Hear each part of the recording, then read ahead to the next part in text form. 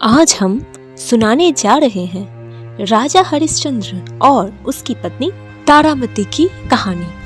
सालों पहले अयोध्या में हरिश्चंद्र नाम का एक राजा था। वो सत्यवादी, धार्मिक और बड़ा ही दानवीर था। अगर कोई उससे कुछ भी मांग ले, वो कभी मना नहीं करता था। इतना अच्छा इंसान था तो अच्छे लोगों की बात हर जगह तो पहुंचनी ही है। यह बात धरती के हर कोने में फैल गई, स्वर्ग में भी फैल गई। एक दिन देवराज इंद्र की सभा में ऋषि वशिष्ठ कहने लगे, हरिश्चंद्र कितना बड़ा दानवीर है, सत्यवादी है। ये सुन के ऋषि विश्वामित्र ने कहा, हरिश्चंद्र दानवीर हो सकता है पर सत्यवादी है, ये आप कैसे कह सकते हैं? हरिश्चंद्र आपका शिष्य है, इसलिए आप उसकी इतनी प्रशंसा कर रहे हैं। ऋषि वशिष्ठ ने कहा, सत्यवादी को तो हम सत्यवादी ही कहेंगे। अगर आपको यकीन नहीं होता तो आप एक परीक्षा लेके देख सकते हैं, पर अगर वो परीक्षा में सफल हो गया तो आप क्या करेंगे? ऋषि विश्वामित्र ने कहा, अगर मेरी बात गलत हुई, अगर हरिश्चंद्र सच में सत्यवादी, धार्मिक और दानवीर हुआ, मेरे परीक्षा में सफल हुआ, तो मैं अपने 1000 वर्षों की तपस्या का फल उसे सौंप दूंगा। ऋषि विश्वामित्र ने हरिश्चंद्र की परीक्षा लेने का सोचा और हरिश्चंद्र की सभा में पहुंच गए। ऋषि ने राजा से कहा, सुना है आप बहुत बड़े दानवीर हैं, किसी को खाली हाथ नहीं भेजते। आज हमें भी आपसे कुछ दान में चाहिए, क्या आप हमें देंगे? राजा ने मुस्कुरा के कहा, आप आज्ञा कीजिए, आपको क्या चाहिए? ऋषि ने कहा, अपना पूरा राज्य मुझे दान कर दो। राजा ने खुशी खुशी अपना पूरा राज्य दान में दे दिया। ऋषि ने दान के समय 1000 स्वर्ण मुद्राएं दक्षिणा मांगी। राजा ने कहा, मैंने तो अपना पूरा राजपाट आपको दान कर दिया, अभी दक्षिणा देने के लिए मेरे पास कुछ भी नहीं है, थोड़ा समय दीजिए, मैं कहीं और से आपको लाके दूंगा। ऋषि ने कठोरता से कहा, जब तक दक्षिणा नहीं लाते इस राज्य से चले जाओ। 1 महीने का समय देता हूँ, अगर 1 महीने के अंदर दक्षिणा नहीं ले आए तो तुम झूठे साबित हो जाओगे, मिथ्यावादी कहलाओगे, अधर्मी कहलाओगे। हरिश्चंद्र कहता है, नहीं नहीं मुनिवर, कृपया ऐसा ना कहिए, हम आपका ऋण जरूर चुकाएंगे। राजा अपनी पत्नी तारा और पुत्र रोहितास्य को लेके राज्य से निकल के काशी पहुंचे। तीनों ने कुछ दिन मजदूरी की, बहुत मेहनत की, पर वो 1000 स्वर्ण मुद्रा नहीं जमा कर सके। 1 महीना बीतने ही वाला था। ऋषि विश्वामित्र राजा के पास आके कहने लगे, यदि तुम एक झूठ बोल दोगे, एक बार हार मान लोगे, तो तुमको सब कुछ वापस मिल जाएगा, तुम्हारा कष्ट भी दूर हो जाएगा, बस एक बार हार मान लो। राजा ने कहा, नहीं मुनिवर, मैं अपने वचन रखूंगा, मैं सत्य से नहीं हटूंगा, मैं आपको स्वर्ण मुद्राएं अवश्य दूंगा। इस समस्या का कोई हल ना देखते हुए रानी तारा राजा से कहती है, स्वामी, आप मुझे बेच के ऋषि का कर्ज चुका दीजिए। राजा कहता है, तुमसे पहले मैं खुद को बेच देता हूँ, पर तुम्हें कैसे बेच सकता हूँ? तारा कहती है, मैं एक पतिव्रता स्त्री हूँ। जब तक एक पत्नी का पति जीवित है, उसका धर्म है वो अपने पति का हर संकट में साथ दे। आज आपकी ऐसी दशा है, मैं आपको जैसा कहती हूँ आप वैसा करें, आप मुझे बेच दीजिए, आपको मेरी सौगंध।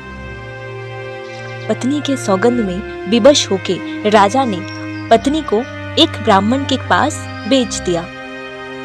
पत्नी को बेच के भी स्वर्ण मुद्राएं कम पड़ गई। ये देख बेटे ने कहा, पिताजी आप मुझे भी बेच दीजिए। बेटा भी सौगंध देने लगा। राजा ने सोचा, यह एक ऐसा धर्म संकट आ गया है, धर्म की रक्षा के लिए, सत्य की रक्षा के लिए पत्नी, पुत्र सब कुछ का त्याग करना पड़े, तो भी त्याग करना पड़ेगा। राजा मजबूर होकर बेटे को भी बेच दिया, पर फिर भी मुद्राएं पूरे नहीं हुए। अब ऋषि का आने का वक्त हो गया। समय समाप्त होने में कुछ ही समय रह गए थे। अगर कर्ज ना चुकाया जाए तो राजा झूठा साबित होगा। दिन बीतने से पहले ही राजा ने खुद को एक चंडाल के पास बेच दिया।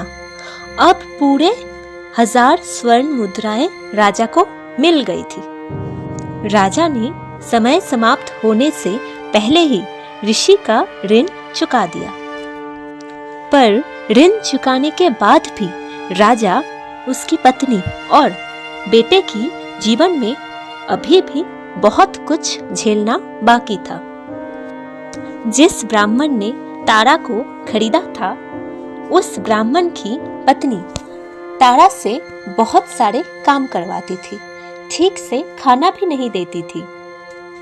तारा के बेटे से भी बहुत काम करवाती थी। दूसरी तरफ राजा हरिश्चंद्र भी चंडाल का दास बनके बहुत काम करता था, मरे हुए को जलाता था। जो एक समय राजा था, आज वही भिखारी बन गया। जो एक समय महलों की रानी थी, आज वो किसी की दासी बन गई। जिस छोटे राजकुमार को बचपन से जो मांगा वो ही मिला, आज उसको 2 वक्त की रोटी भी नसीब नहीं होती। बचा कुचा खाना खाके गुजारा करना पड़ता है। ब्राह्मण की पत्नी तारा और तारा के बेटे को छोटी सी गलती होने पर बहुत मारती थी। दूसरी तरफ हरिश्चंद्र जब भी खाना खाने बैठता था, कोई भिखारी उसके पास आके खाना मांग लेता था। वो अपना खाना भिखारी को दे देता था। ऐसे तीनों के जीवन की दशा हद से ज्यादा बुरी हो गई थी। एक दिन चंडाल ने हरिश्चंद्र को कहा, कोई भी आए उसे बिना मुद्रा के उसकी चिता को ना जलाना, ये मेरा आदेश है। हरिश्चंद्र भी उसके मालिक की आज्ञा मानता था।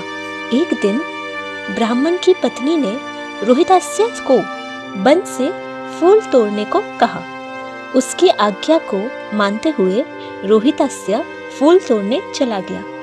ऋषि विश्वामित्र ने नागराज को कहा, रोहितास्य को डस के उसे मृत्यु देना है। नागराज मना करता, पर ऋषि के श्राप के डर से वो मान गया।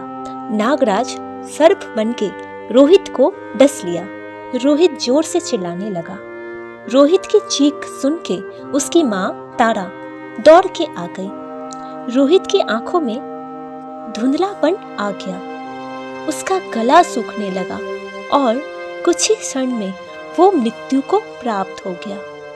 उसकी अभागन माँ तारा उसको शमशान ले गई। शमशान में हरिश्चंद्र खड़ा था। तारा के सर में घूंघट था, इसलिए उसे पहचान न सका। रोहित के शव को लेके तारा रो रही थी। हरिश्चंद्र कहता है, कर देके बेटे का अंतिम संस्कार करें। तारा कहती है, मेरे पास देने को कर नहीं है, मैं भिखारन अभागी माँ हूँ, आप मुझ पे दया करें। हरिश्चंद्र कहते हैं, मेरे स्वामी की आज्ञा है, मैं बिना कर लिए किसी के शव को नहीं जला सकता।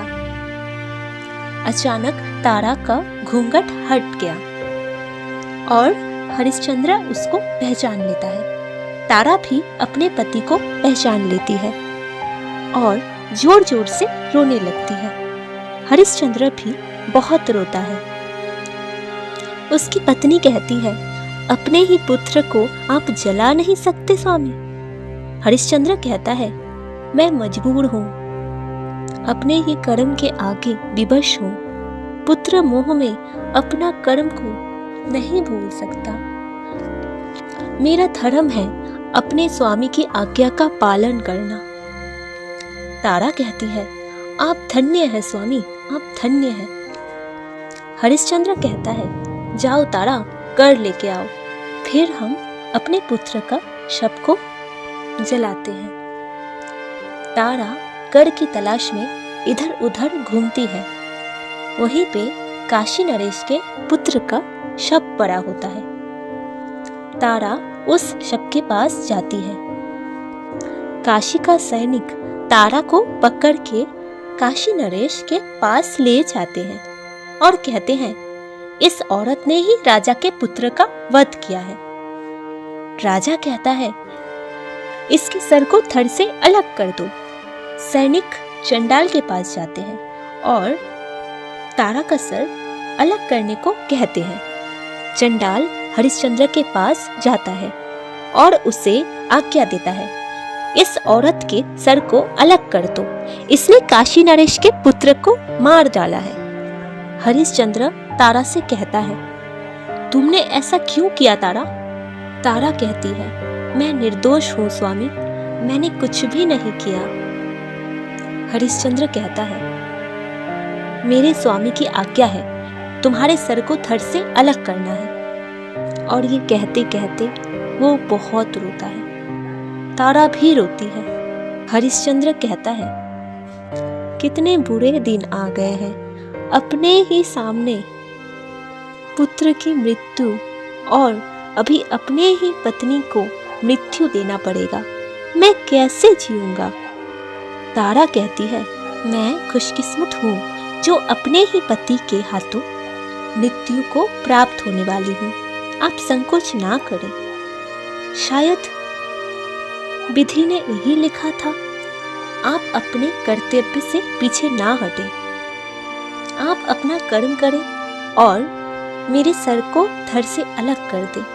हरिश्चंद्र सोचता है, अपने धर्म की रक्षा के लिए मुझे अपना पुत्र, पत्नी सब खोना पड़ रहा, पर मैं जिसका दास हूँ, उनसे मुद्राएं ली है, उनकी आज्ञा का पालन ना करूं तो मुझे मिथ्यावादी कहा जाएगा, मुझे अधर्मी कहा जाएगा।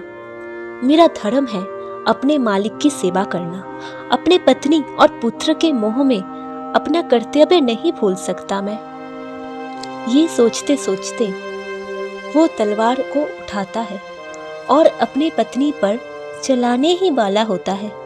तभी वहां ऋषि विश्वामित्र आ जाते हैं और उन्हें रोक लेते हैं, पर हरिश्चंद्र उनकी बात को नहीं मानते और फिर से तलवार चलाने ही वाले होते हैं। तभी परमेश्वर भगवान वहां प्रकट होते हैं। उससे कहते हैं, कैसा अनर्थ करने जा रहे थे हरिश्चंद्र?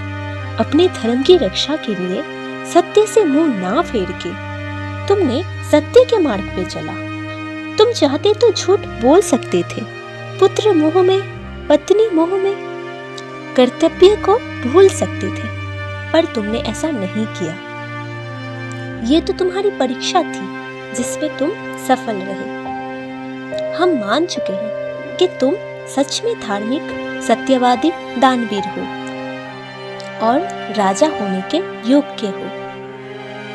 ऋषि विश्वामित्र भी कहते हैं, हरिश्चंद्र तुम मेरे इस परीक्षा में पास हुए। मैंने वचन दिया था, अगर तुम इस परीक्षा में जीते तो मैं तुम्हें अपने वर्षों की तपस्या का फल प्रदान करूंगा।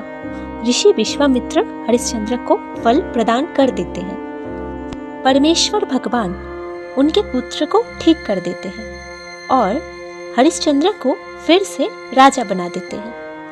वो खुशी खुशी अपना जीवन बिताता है और मृत्यु के बाद स्वर्ग को प्राप्त कर लेता है। ये कहानी आज भी अमर है सबके दिलों में। युगों युगों तक ये कहानी सुनाई जाएगी।